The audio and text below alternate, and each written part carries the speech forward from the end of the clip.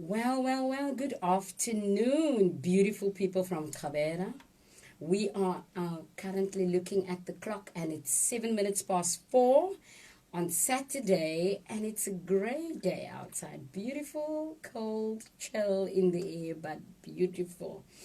I am so excited to be with you today, and thank you for tuning in to Encounter Me with Yolanda Singh as your host on Agape FM, where we bring the gospel nearer to you.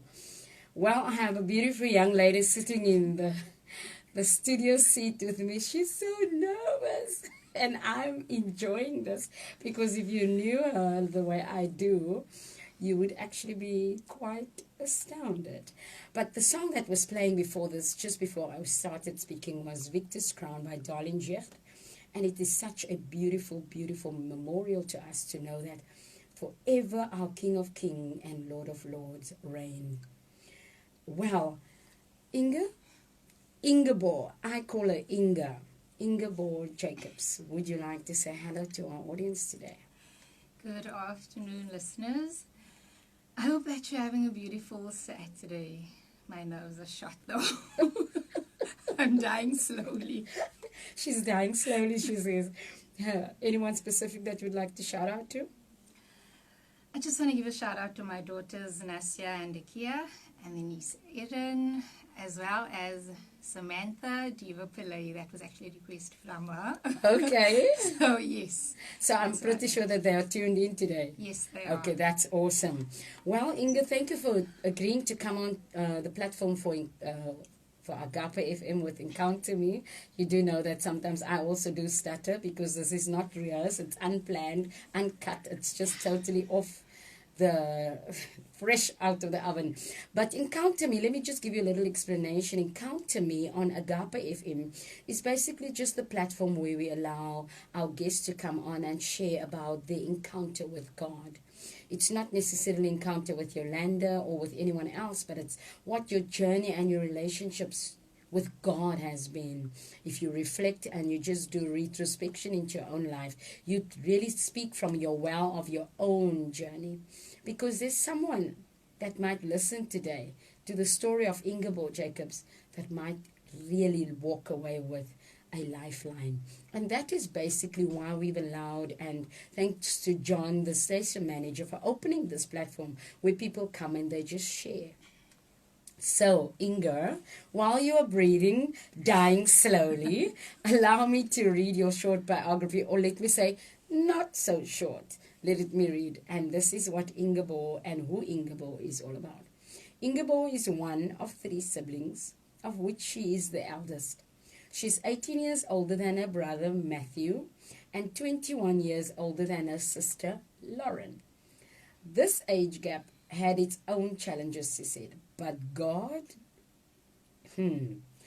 Ingeborg grew up in Uitenhage and moved to Johannesburg when she started high school. She attended high school at Rand Girls School, which was probably the best decision her mother made. Ingeborg used to be a rather... I'm laughing because I really find this humorous. Okay, I won't say more, but Ingeborg used to be rather good in athletics back in the day, which her daughters, Nasya and Akia, and I can't help, I have to agree with him. They disagree to the fact that this had to be true.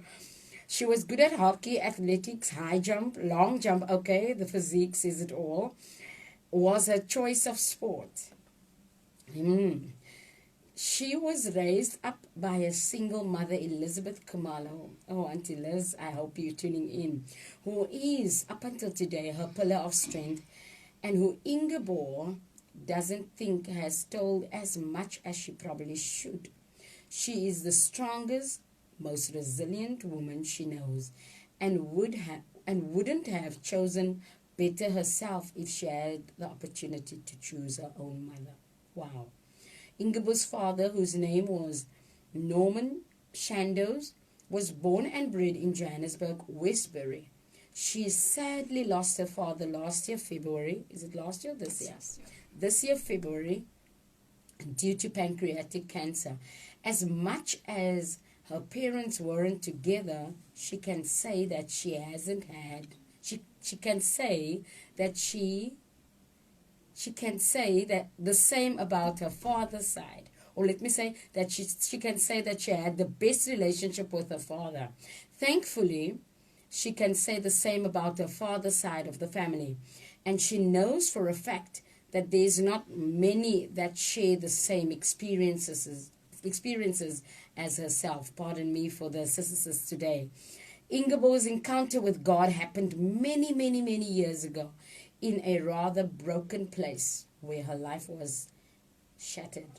She went for a counseling session, and it turned out to be a completely different journey, or rather a healing process altogether. She started the journey in dance ministry in Uitenhage, dance company with Helene Prince. Later, she joins the Elroy prophetic dance group under the leadership of Christoffels. And all she can say is that that was the best journey in her dance experience. So it sounds like she's done dancing. If you had to see this woman sitting across me, Inge got married at a rather young age, which she realized a bit too late. She was married for 10 years, and two beautiful daughters, Nasia and Akia, came out of that union. The marriage sadly ended in a divorce about 5 years ago. The past 5 years, Inge said, have taught her so much about herself and that the God she serves. Having to pray for someone else when you are at your lowest, yet God still decides to use you. This has been one of the ways He healed her. Having to show grace when all you want to be is angry and resentful, but He chooses different for you. It's been a rough ride, she says, but God. Today, I am so privileged not only to have a friend, a sister, a loved one, a confidant across me, but I have someone that I believe is going to touch someone through the airwaves with her testimony. Welcome, Inge. Thank you, Yolanda. So I told you earlier on that this is not planned, it's not rehearsed, and I told you that even I have my nervous moment, and you heard me the whole time. But it's good to have you. It's so good to have you. Please do indulge us with giving us a little bit more about who Inge is, apart from what I've just read. Ingeborg Jacobs. Well, I'm basically just a normal 39-year-old, still trying to figure out life. Sure. Still learning on a daily basis, still trying to find myself, Sure. Still learning how to mother. Obviously, first I'm having almost 14-year-old, a 10-year-old, and it's exciting. It's trying at times. At times I'm just winging it. Sure. Honestly speaking, I'm basically just winging it. But I can, however, say that God has been faithful. He's been faithful up to the T. There were times when I felt that I'm done.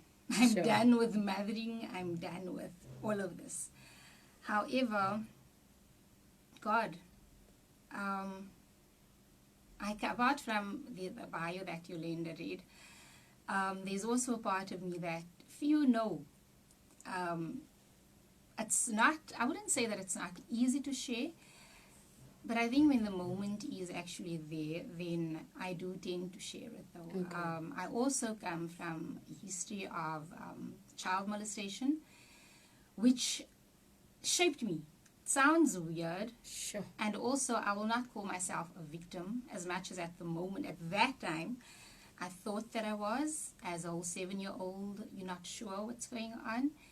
And that I actually realized at the age of 37 when I actually dealt with it. So it's been a rough ride, like I said, but God has been faithful.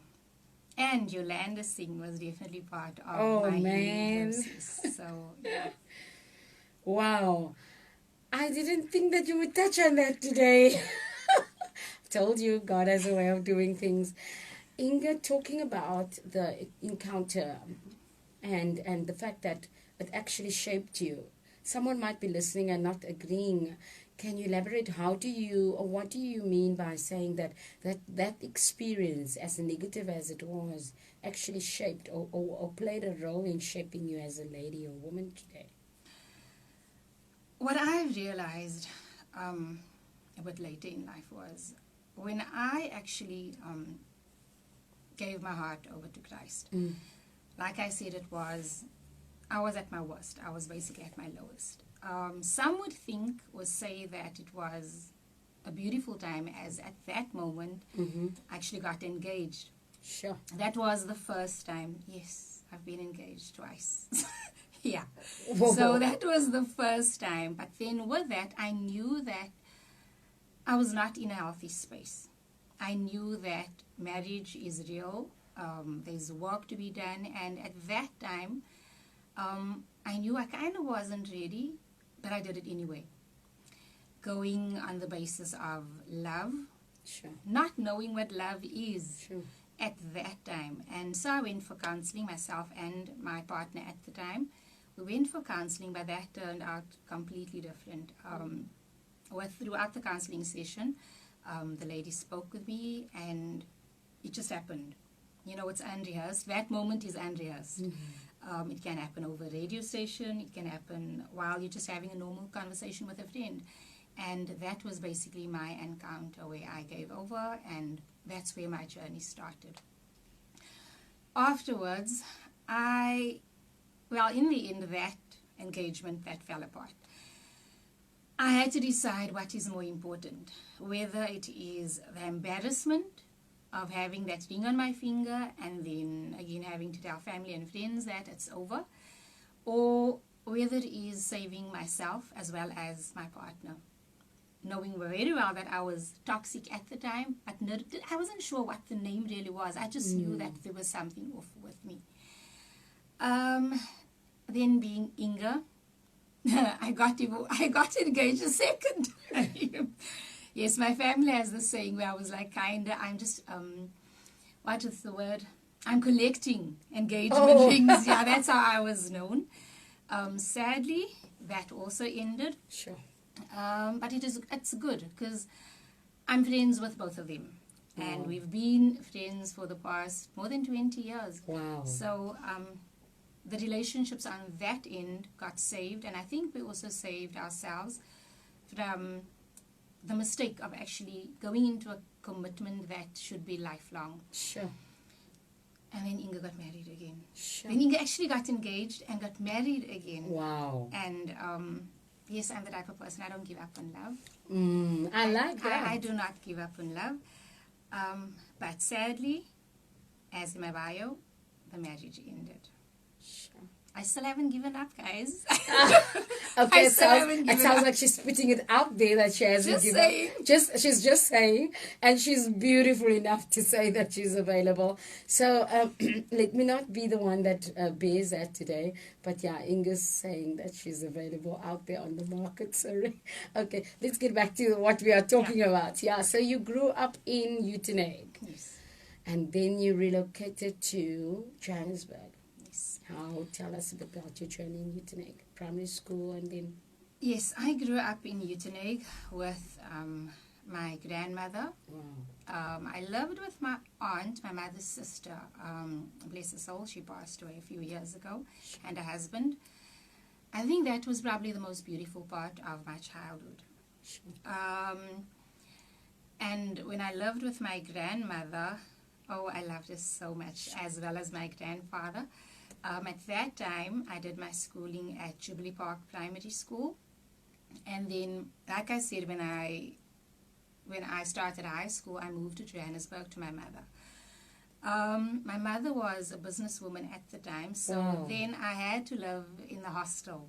Okay. So that was exciting. It was scary, but it was exciting times. Like I said, it was the best decision my mother had made, as that was the time when I got to know myself. Okay. When my character really got shaped. There was no time for boys where you had to look pretty and have your nails done and all of those things. I actually dealt with myself. So that was good. So that was really good for me. However, prior to that, growing up, being a whole 7-year-old, like I said earlier, with the molestation, that I hid so well. It actually only got exposed when the perpetrator mentioned it to me. So I basically lived with the person for so many years. No, it was not a family member. I'm sure everyone's wondering if was this an uncle or cousin or whatever. No, it was not. And the person reminded me of what he did. And in that moment, it hit me like cold water. Sure. So that is when I started dealing with it. And I think I was about 23 years old. So the actual thing that happened to you at 7 only revisited at 23? At the age of 23. Wow. And back then, the only person I told was my then partner, which became my husband later on. He was the only one that knew. Sure. I could not share that with my mother because, you felt like the shame of it. Because now at the age of 23, you have a better understanding of what it was. And so I had to go for counseling. I had to go see a psychologist for all of this because it flooded. All of the emotions flooded me like, I don't know, I can't even tell you how bad it was. Went for counseling, and I realized in that the only reason I could never speak on it was because my 23-year-old self blamed the 7-year-old child that knew nothing. Sure. That had no idea what happened to them. And growing up, we were basically taught that you don't speak about grown-up things. Okay. You need to be quiet. And Okay. also, I tried to protect everyone involved. As I knew my mother was away, my mother was working, she had to do it. I lived with my grandmother, so everyone had to be protected in it. I carried that weight for so long. But in the end, it all came out. Sure. It all came out, and it was rough. It was a tough one on some of my family members, especially my mother. Sure. So, yeah. It's Sure. been tough. So you went through counseling at 23. Only at 23. Would you say that you completely dealt with it then, or how did you overcome that? I wouldn't say that I completely dealt with it. I only had an understanding that I should stop blaming the 7-year-old.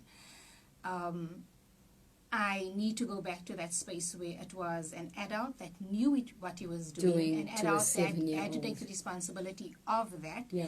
And so it got better. I must say it got better. But what I understood afterwards was that is what got me into the relationships that I attracted. I had trust issues. I definitely had issues with men. And also not having a father figure present. And then another male comes and he messes up my whole view on men. Okay.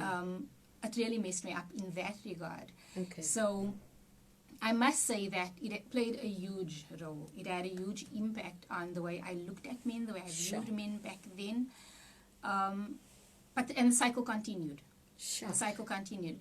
And I think that is also part of the reason why my marriage also had a bit of a strain because of certain issues. Like I said, I got married too young.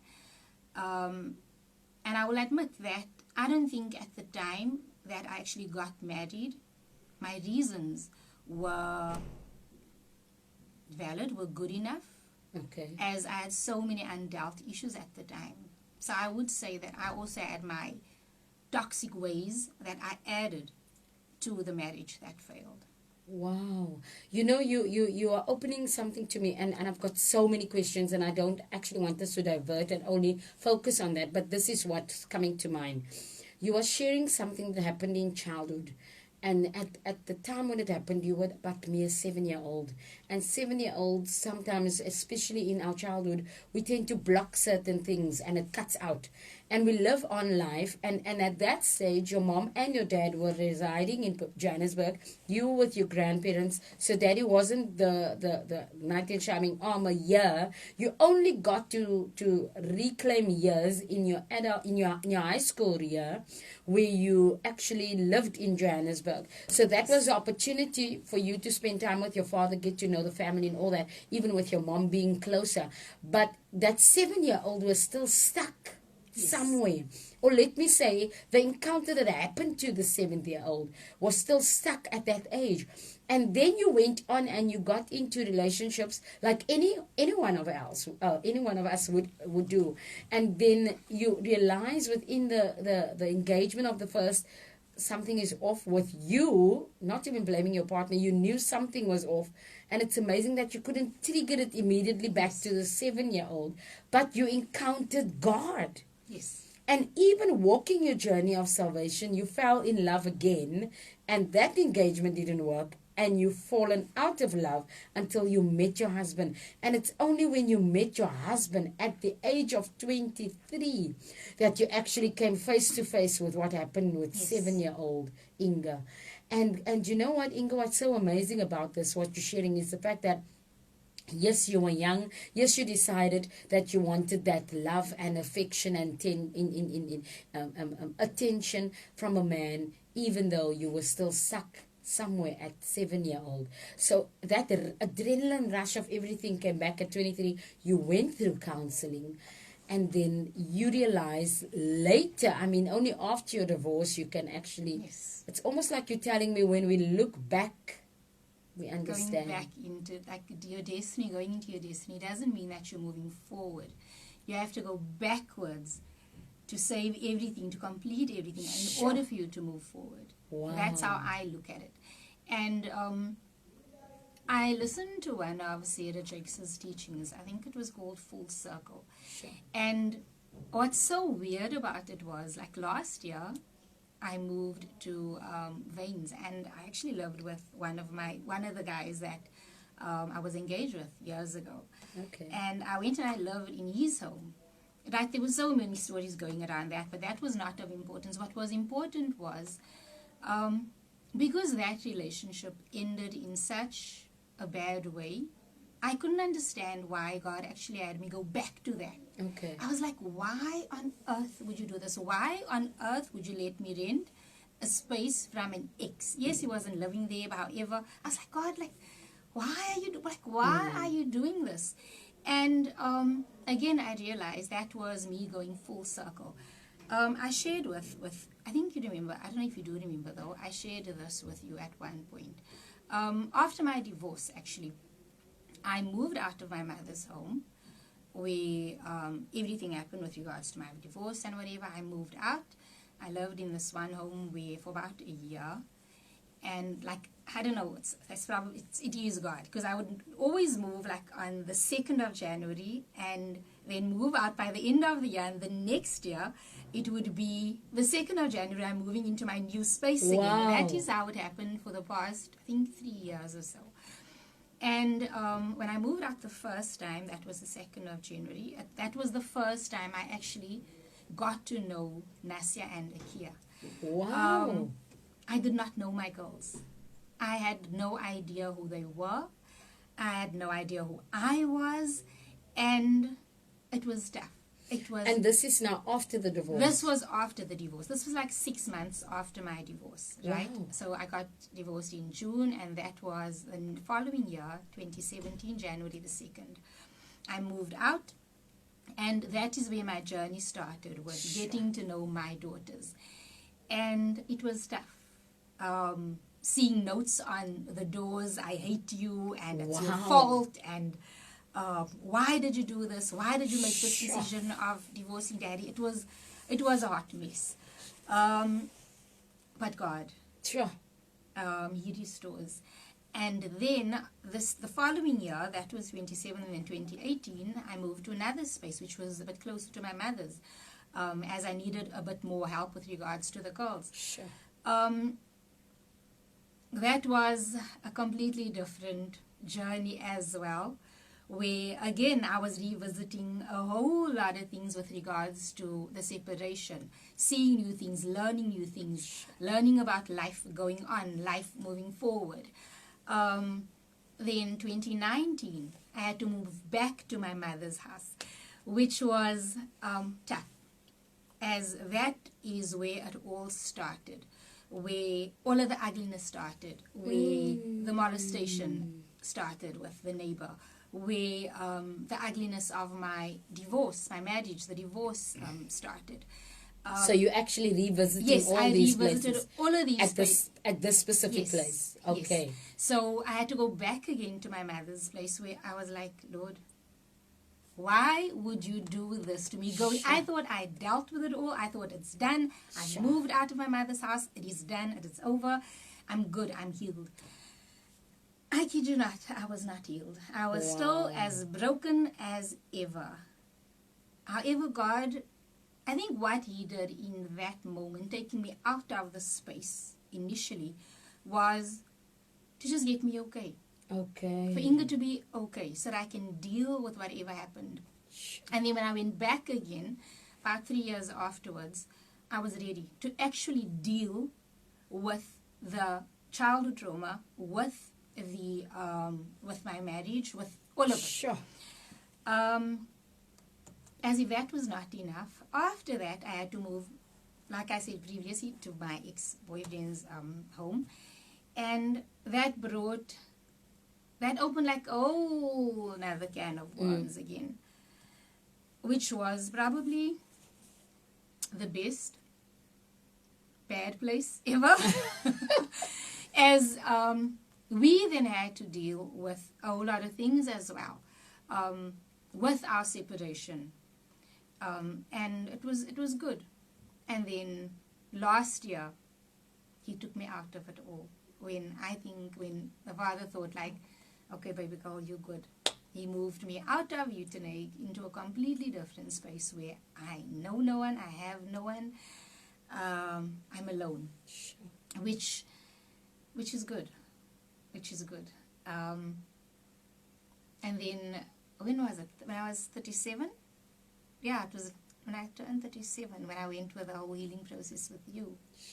When I went on another journey where I realized that, Inge, like the circle that you keep on running is not good. It is not healthy. You are not the best version of yourself. You're not giving the best of yourself to your daughters. I needed to put an end to it.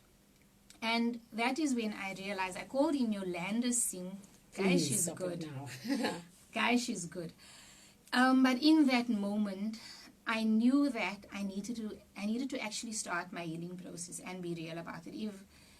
Like for the people that knows me knows that I'm quite hard on myself. I push and I need to deal with whatever comes my way, irrespective of me crying, whatever. I just need to deal with it so I get over it and not revisit, because I know what it does when you don't deal with things. Yes. When Inge does not deal with things, and how it revisits me a few years later. Sure. And then I just fall apart. And I didn't want to go back to that space again. So when I did my healing process with Yolanda at the age of 37, that's why I had like this party, because I thought, girl, 37 is actually a number. It's something to celebrate. Like if you knew me, that was the most important. And in that moment, with my healing process, I dealt with the rejection issues I felt I had with my mother, that she projected on me. I had to learn and deal with the fact that in my mind, I thought that my father rejected me. At the time of conceiving me with my mother. I had to deal with the molestation. I had to deal with my divorce. So that was good. And also in that, I knew that it was not about anyone else apologizing. It was about me healing. It was about me getting better. It was me being the best version for whoever comes into my life, whoever steps in my presence. With a broken person. I cannot present them with a broken person. I cannot give something to someone that I don't even have. You cannot walk out of an empty cup. There's no way that you can. So that is where that process started again. So I'm still a work in progress. Wow. Someone said to me once that, like a few weeks ago, he said to me, a pastor said to me, that I am healed. That is what the Holy Spirit is showing, that I'm healed. However, God wants me to be whole. So that is what I'm walking towards, that I need to be whole. Sure. I do not want to present broken to anyone. I do not want to present anything that is not good enough or what God has to offer. I want to give everything, whoever it is, Sure. whoever, friends, Wow. whoever comes into my space, I want them to feed of that which is whole. Wow. You know, you're making me think and ponder on the following. In recent years, the divorce rate has really steeply just increased amongst the church and the believers, and Christian homes are wrecked because of this thing. And the emphasis, I mean, for you to come on air today and actually acknowledge that your marriage failed and you are not even playing the blame game, that to me alone is such a profound stand that you take, because we find that sometimes if we really do honestly reflect on things, Inga, the broken girl presented herself as a bride, and she had things that she hasn't dealt with. And that man, we can't speak to about him because he's not here, but we can say that that man tried out of his well of experience as to how to best love the broken person. But because we walk around with this brokenness, whatever anyone else is pouring into us just evaporates or it runs. So we can't even hold on to it to say that there's value in that. And then there's another profound moments and things that you are mentioning. You say that even while you were journeying as a broken woman, you gave birth to beautiful daughters. You love them to bits, but you only got to awaken to really pay attention to them after your divorce, as you yourself started a process of discovering who you are. And today that speaks volumes to me, because then it tells me that there are many out there that had the same things going, but because they do not understand, or they haven't come to terms with visiting the places within their lives, walking back into time to see or to meet those pit stops where things broke down. They don't have the opportunity like you did. And today, you are standing and you are sharing from this platform, being a woman that's healed. And I would like to believe that is whole. Because when you are pouring from your cup, and you can only pour from your cup without a flinch of emotion when you are whole.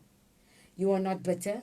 I don't even sense any bitterness. There's such a beautiful atmosphere in the studio where God is using the part of your story just to let the world out there know, especially those in the church. The young woman that has failed marriage, might have children, that they actually need to just walk back and do introspection.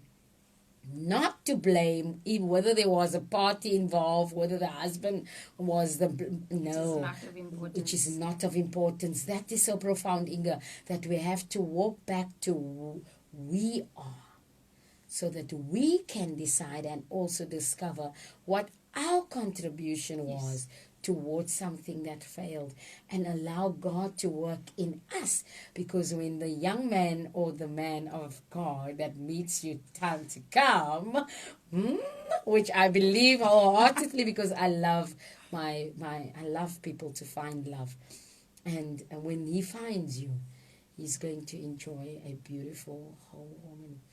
And now I'm hoping that meant something to someone listening. I just know it did. Inga, you started dancing. Why? How? What did it mean to you? What did it do? Oh, dancing. Okay, when I was young, I did ballet. Right? Okay. So I was quite young at the time when I started with ballet. But it became a bit difficult living with my grandparents and my mother living in Joburg. So taking me to and from became a bit difficult and having travel and do whatever. So that's when it all ended. I still regret it up to this day, though. Sure. I'm just thinking of myself as this Well, if beautiful you had to go to be a ballerina, I would never have met you. You would be across the world somewhere. And there's that. And then I was married at the time when I started in the dance ministry. Sure. No, it was actually before I got married when I started in the dance ministry with Eileen Prince. And that is when I discovered the beauty of your body, the importance, the holiness of your body. And because the foundation of dance, I have to thank Eileen Prince for that, because the foundation where it all started honestly taught us as dancers how beautiful we are.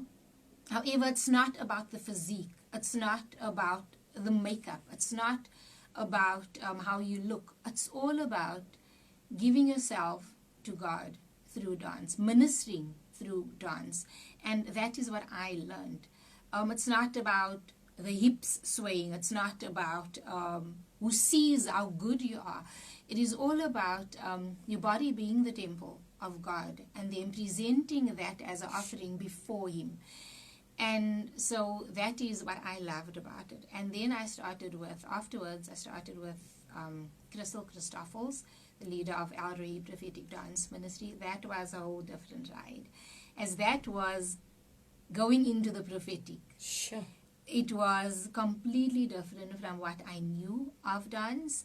There was at times no lyrics to the music. It was basically drums. It was you just tapping into the Spirit, tapping in and just giving it all to the Father, presenting that gift to the Father. And that was where I actually got to learn who I am and what presenting, even from that emptiness towards God. Sure. And I think when we did our last production, it was actually a reunion production. That was probably my best. I had many beautiful memories with the team, with the ladies in El Rey. But the last song that we actually did, it was a song by Kirk Franklin. I'm not sure if it's what the world is. We Need You. I think it's We Need You. And that song, it basically presented a whole lot of different scenarios where it was a lady that was on drugs. It was a girl having an abortion, backdoor abortion. It was people fighting in a tavern type of setup. It was someone just being shot. There was someone in depression that suffered from depression. And it showed us once again how much we need God.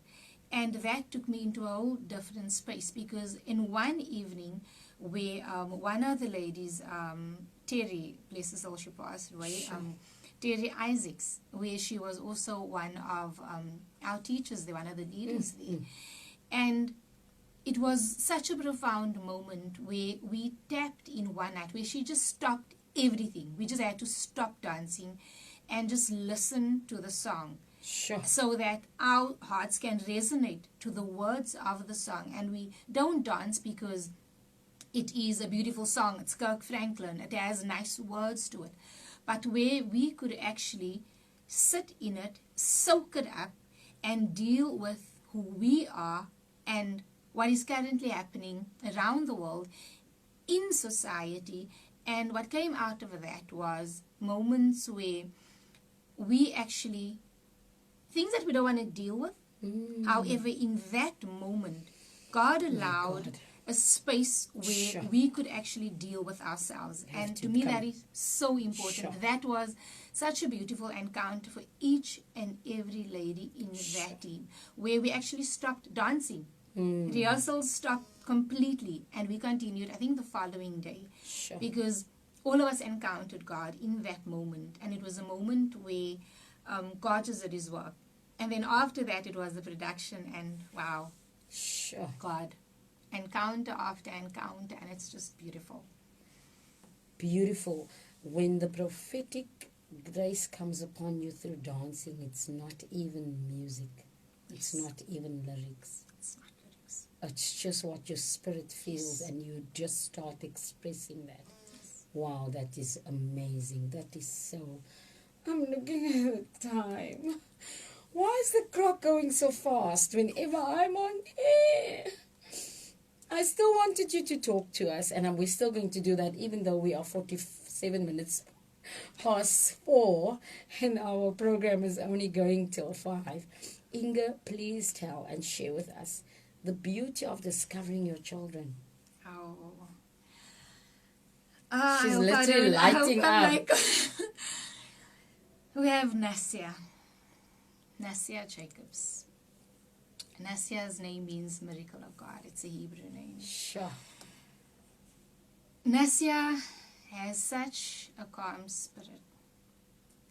And I always knew that Nassia was the quiet one, but I only realized when we started living together alone as a family, the three of us, who she really is. Nassia is a deep thinker. Wow.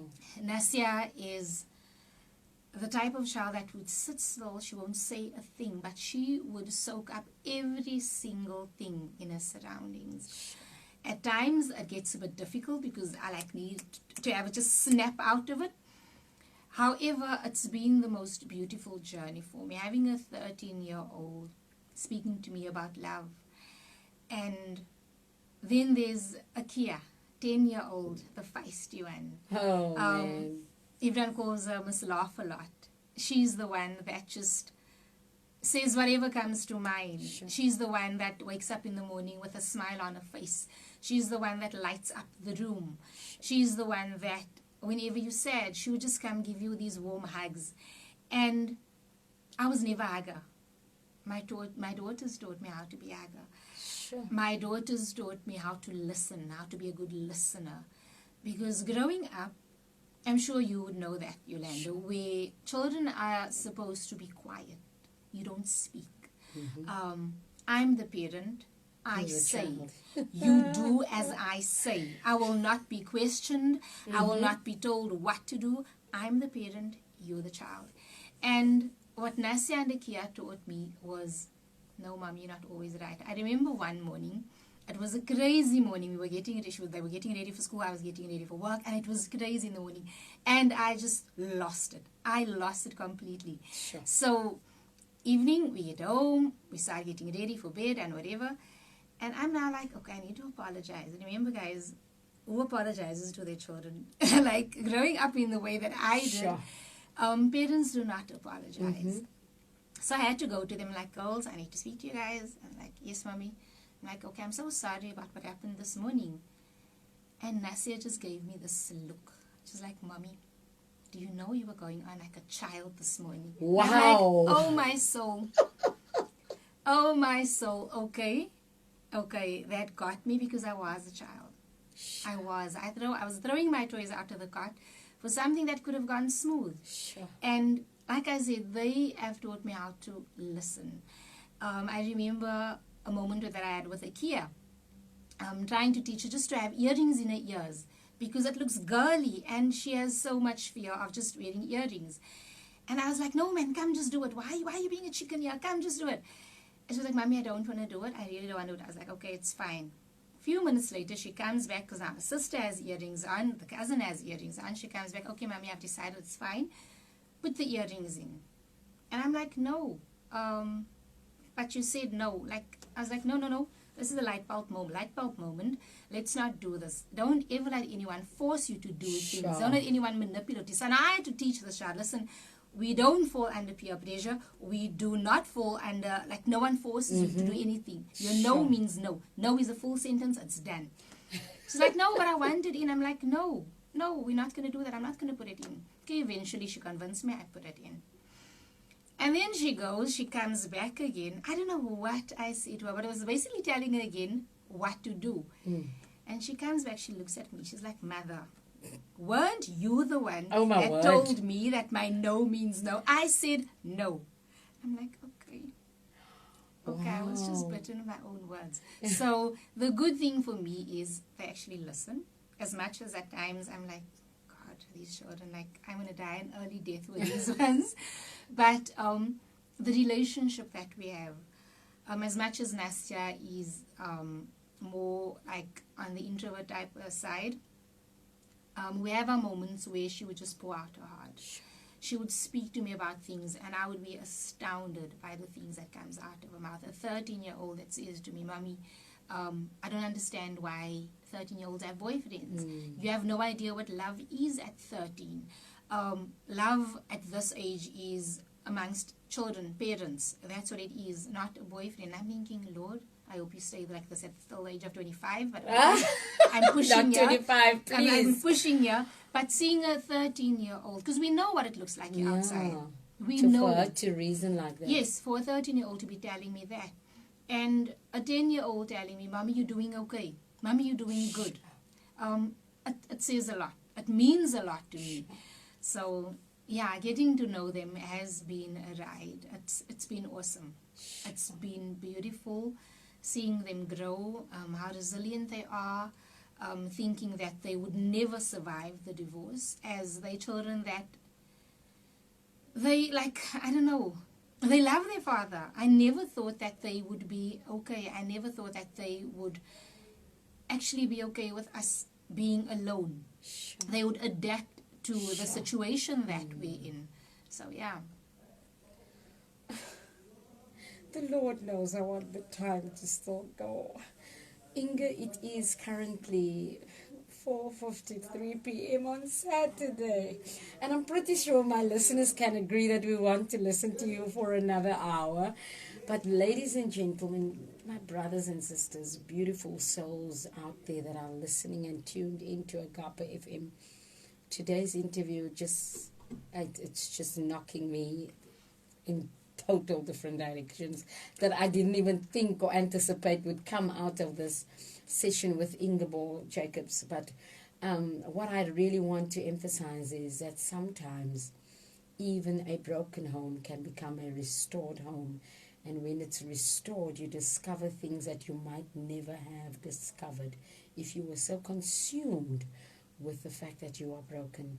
And if Inge didn't allow God to work with her, in her, through her, in this broken, from a brokenness to a wholeness, she might not have discovered Nasia and Akia in the format and the way that they are. Beautiful daughters, resilient, and God is just doing beautiful things. Well, before I wrap it up, I would really like to know, Ingeborg, is there any closing remarks or any closing statement or anything that you would like to encourage our listeners with before I close Encounter Me today?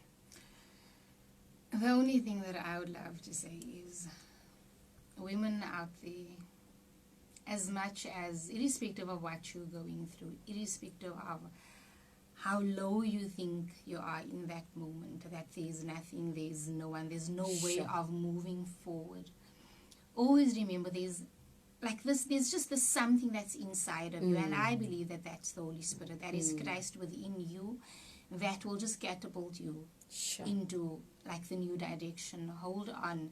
Don't ever give up. Don't ever give up. I never knew that I would ever be in the space that I'm in. Yes, I'm not at my best. I'm not at the place where I would love to be. However, when I look back at where I was a few years ago, when I look back at where I was 3 months ago, 2 months ago, I celebrate the space that I'm currently in. Celebrate the small victories. Celebrate those small things. Getting up in the morning is a victory. Even crying is a victory. Crying is a win. Crying is a win because you're releasing whatever is inside of you that is hurting, that is broken. You're releasing that. And after that, you will be able to move forward and find someone that you can speak to. Find that one person that you can speak to. If you're finding it difficult to pray, I know there's always someone that is willing and able to listen. That's it. Wow. Thank you, Ingeborg. And today I would just like to emphasize that if you really need someone, just reach out. There might be someone that is waiting for you to reach out unto them. It has been an absolute privilege and honor, such a delightful afternoon, sharing the platform on Encounter Me with Ingeborg Jacobs. the woman that I believe has got a phenomenal testimony, and I am actually waiting for her book. I'm waiting for her book. She knows I'm waiting for her books to be released one of the days into the publish houses where people can actually learn and listen so much more. But from me, Yolanda Singh on Encounter Me, have a beautiful, beautiful, beautiful Saturday, and may God bless you. May He cause His face to shine upon you as you've tuned in to listen to another session on Agape FM, where we bring the gospel nearer to you. And please do know that He who started the work in you, He is faithful and just to complete it. From me, Yolanda Singh, once again, thank you. And we are going out today with a song by C.C. Winans that says, blessed, broken, and given. God bless you.